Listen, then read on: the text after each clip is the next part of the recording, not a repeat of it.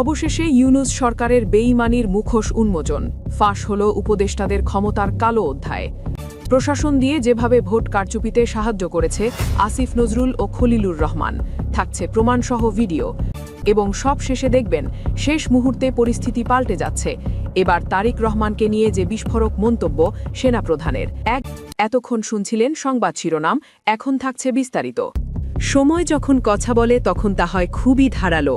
আপনাদের সামনে এমন একটি বাস্তব দৃশ্য তুলে ধরব যা দেখলে সহজেই বুঝতে পারবেন বিশ্বাসঘাতকদের শেষ পরিণতি আসলে কেমন হয়। ক্ষমতার দম্ভ যখন চূর্ণ বিচূর্ণ হয়ে যায় তখন মানুষের চেহারা ঠিক কতটা মলিন হতে পারে তা আজ আমরা সরাসরি দেখব। সংসদ ভবনে তখন নবনির্বাচিত এমপিদের শপথ গ্রহণ অনুষ্ঠান চলছে, চারদিকে এক ধরনের উৎসবের আমেজ। কিন্তু এই উৎসবমুখর পরিবেশের এক কোণে অত্যন্ত জবুথবু হয়ে দাঁড়িয়ে আছেন বিদায়ী অন্তর্বর্তীকালীন সরকারের দুই হেভিওয়েট উপদেষ্টা আসিফ নজরুল এবং সৈয়দা রিজওয়ানা হাসান।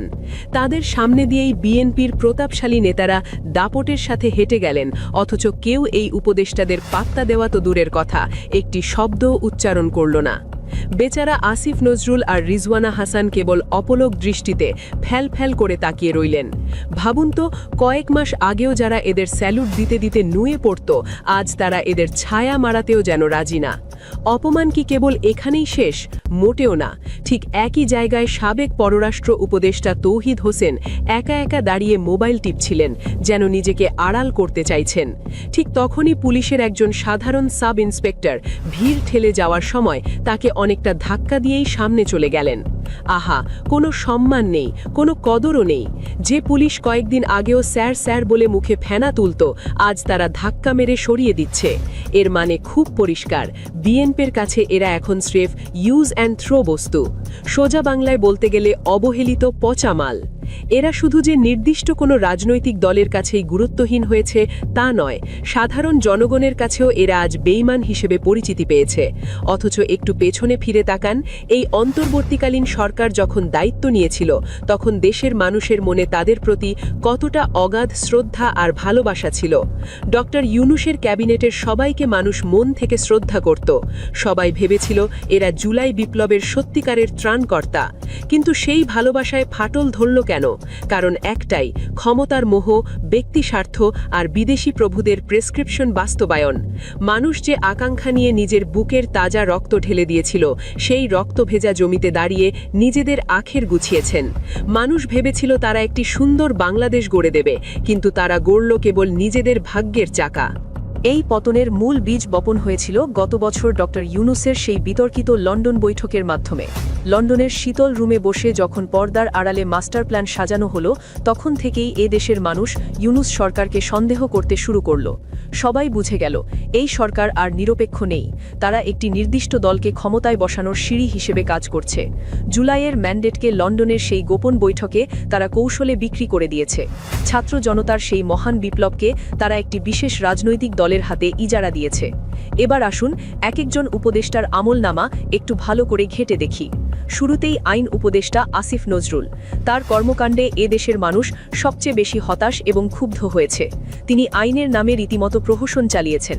একদিকে তিনি গণহারে আওয়ামী লীগের খুনি আসামিদের জামিন দিয়ে পার পাওয়ার পথ করে দিয়েছেন, অন্যদিকে জামাত শিবিরের মতো তরুণ বিপ্লবীদের পুরনো রাজনৈতিক মামলাগুলো ইচ্ছে করে জিয়ে রেখেছিলেন। জুলাইয়ের গণ আকাঙ্ক্ষা তিনি বিন্দুমাত্র মানেননি। তিনি কেবল একটি নির্দিষ্ট দলের এজেন্ডা বাস্তবায়নে কাজ করেছেন। এসব কারণেই দেশের আপামর জনতা আজ তাকে ঘৃণা ভরে প্রত্যাখ্যান করেছে। টকশোতে বসে যারা বড় বড় নীতিবাক্য শোনাতেন, ক্ষমতায় বসে তাদের আসল রূপটি আজ সবার সামনে পরিষ্কার হয়ে গেছে। আইন উপদেষ্টা যখন বিচার ব্যবস্থা নিয়ে খেলছিলেন, তখন পরিবেশ উপদেষ্টা সৈয়দা রিজওয়ানা হাসান আসলে কি করছিলেন? দেশের মানুষ যখন দ্রব্যমূল্যের ঊর্ধ্বগতি, চাঁদাবাজি আর সিন্ডিকেটের যন্ত্রণায় পিষ্ট, তখন তিনি মেতেছিলেন এলিট শ্রেণীর পরিবেশবাদ নিয়ে। গাড়ির হর্ন বন্ধ করা আর সেন্ট মার্টিন দ্বীপে পর্যটক নিষিদ্ধ করার মতো ফালতু এবং গুরুত্বহীন আলোচনা নিয়েই তিনি সময় পার করেছেন। রাষ্ট্র সংস্কারের মতো জরুরি ইস্যু বাদ দিয়ে তিনি পড়ে রইলেন পলিথিন আর লোক দেখানো সস্তা চমক নিয়ে। মানুষের মনে তখন প্রশ্ন জেগেছিল, এরা কি আসলেই দেশ চালাতে এসেছে নাকি এনজিও প্রজেক্ট চালাতে এসেছে? সাধারণ মানুষের পেটে যখন ভাত নেই তখন রিজওয়ানা আপা হর্ন বন্ধের চিন্তায় বিভোর ছিলেন। আর সবচেয়ে বড় বেইমানির ইতিহাস কে রচনা করেছেন জানেন? তিনি হলেন নিরাপত্তা উপদেষ্টা খলিলুর রহমান। ডক্টর ইউনূসের সবচেয়ে বিশ্বস্ত মানুষ হয়েও তিনি আজ সরাসরি বিএনপির মন্ত্রিসভায় যোগ দিয়েছেন। এর চেয়ে বড় প্রমাণ আর কি লাগে যে এই অন্তর্বর্তীকালীন সরকার আসলে বিএনপির বি টিম হিসেবেই কাজ করেছে। খলিল সাহেবরা ভেতরে ভেতরে নির্বাচনের সূক্ষ্ম ইঞ্জিনিয়ারিং করেছেন, আর তার পুরস্কার হিসেবে আজ ক্ষমতার চেয়ারে বসেছেন। এই যে পেছন থেকে দালালি করা, এটাই এদেশের বিপ্লবীদের মনে সবচেয়ে বড় আঘাত দিয়েছে। পুরো ক্যাবিনেটে কি সবাই খারাপ ছিল? না, হিসেব করলে দেখা যায় একমাত্র ফয়জুল কবির খান ছাড়া এই ইউনূস সরকারের একজন উপদেষ্টাও জুলাইয়ের শহীদদের কথা ভাবেননি। ফয়জুল কবির খান তার মন্ত্রণালয়ের কাজগুলো অন্তত চুপচাপ করে গেছেন, কিন্তু বাকিরা কেবল রাজনৈতিক স্টান্টবাজি করেছেন এবং ফ্যাসিবাদী কাঠামোকে টিকিয়ে রাখার ব্লুপ্রিন্ট বাস্তবায়ন করেছেন। তারা চেয়েছিলেন কেবল একটি বিশেষ পক্ষকে তুষ্ট রাখতে। ইউনূস সরকারের প্রতি মানুষের যেটুকু মায়া অবশিষ্ট ছিল তাও মুছে যায় শহীদ ওসমান হাদির ইস্যুতে। হাদির খুনিদের বিচারের দাবিতে যখন মানুষ রাজপথে নামল, যমুনা ঘেরাও করল, তখন তাদের কথা শোনার বদলে উল্টো মারধর করে সরিয়ে দেওয়া হলো। খুনিদের বিচার না করে উল্টো বিচার প্রার্থীদের পেটানো এবং শেষমেশ একটি নির্লজ্জ নির্বাচন ইঞ্জিনিয়ারিং করার বিষয়টি এই সরকারকে চরম অজনপ্রিয় করে তুলেছে। মানুষ বুঝে গেছে এরাও আসলে স্বৈরাচারের এক নতুন সংস্করণ। এদের মুখে গণতন্ত্রের বুলি থাকলেও অন্তরে ছিল কেবল ক্ষমতার দম্ভ। যে কোনো সরকার যখন বিদায় নেয় তখন মানুষের মনে কিছুটা হলেও দাগ কাটে বা মায়া তৈরি হয়, কিন্তু ইউনূস সরকার যখন ক্ষমতা ছাড়ল তখন কেউ তাদের জন্য এক ফোঁটা চোখের জলও ফেলল না। চোখের পানি ফেলা তো দূরের কথা, মানুষ উল্টো রাস্তাঘাটে, চায়ের দোকানে আর সোশ্যাল মিডিয়ায় তাদের ধিক্কার দিচ্ছে। বেইমানদের পরিণতি ঠিক এমনই হয়। যে জনগণ একদিন মাথায় তুলে নাচে, বেইমানি করলে সেই জনগণই ডাস্টবিনে ছুঁড়ে ফেলতে দ্বিধাবোধ করে না। আজ এসআইয়ের ধাক্কা খাওয়া তৌহিদ হোসেন কিংবা ফ্যালফ্যাল করে তাকিয়ে থাকা আসিফ নজরুল রায় তার সবচেয়ে বড় প্রমাণ। বিএনপি আজ এদের টিস্যু পেপারের মতো ব্যবহার করে আস্তাকুড়ে ছুঁড়ে ফেলেছে। আসিফ নজরুল কিংবা রিজওয়ানা হাসানরা এখন ইতিহাসের আস্তাকুড়ে নিক্ষিপ্ত। এই ঘটনা আগামী দিনের যে কোনো সরকারের জন্য একটি বিশাল শিক্ষা। জনগণের ম্যান্ডেট নিয়ে ছিনিমিনি খেললে কিংবা শহীদদের রক্তের সাথে বেইমানি করলে দিন শেষে আপনাকেও এমন পচা মাল হয়েই বিদায় নিতে হবে। তখন রিজওয়ানা আর আসিফ নজরুলদের মতো আপনাকেও কেউ পাত্তা দেবে না। যারা গত ১.৫ বছর এসি রুমে বসে জাতির সামনে লম্বা লম্বা নীতিবাক্য আওড়িয়েছেন, তারা এখন একে একে চুপিসারে দেশ ছেড়ে পালাচ্ছেন।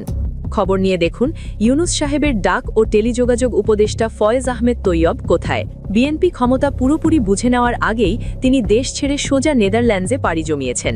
শুধু তাই নয়, ডক্টর ইউনূসের আন্তর্জাতিক বিষয়ক উপদেষ্টা লুৎফি সিদ্দিকীও নাকি ইতিমধ্যে দেশ থেকে লাপাত্তা। ক্ষমতা ছাড়ার ৪৮ ঘণ্টা পার হতে না হতেই এই উপদেষ্টারা যেভাবে পালিয়ে যাচ্ছেন তাতে মনে হচ্ছে তারা ভালো করেই জানতেন যে তারা দেশের মানুষের সাথে কী ধরনের বাটপারি করেছেন। অনেকে হয়তো ভাবছেন এরা কি বিএনপির ভয়ে পালাচ্ছেন?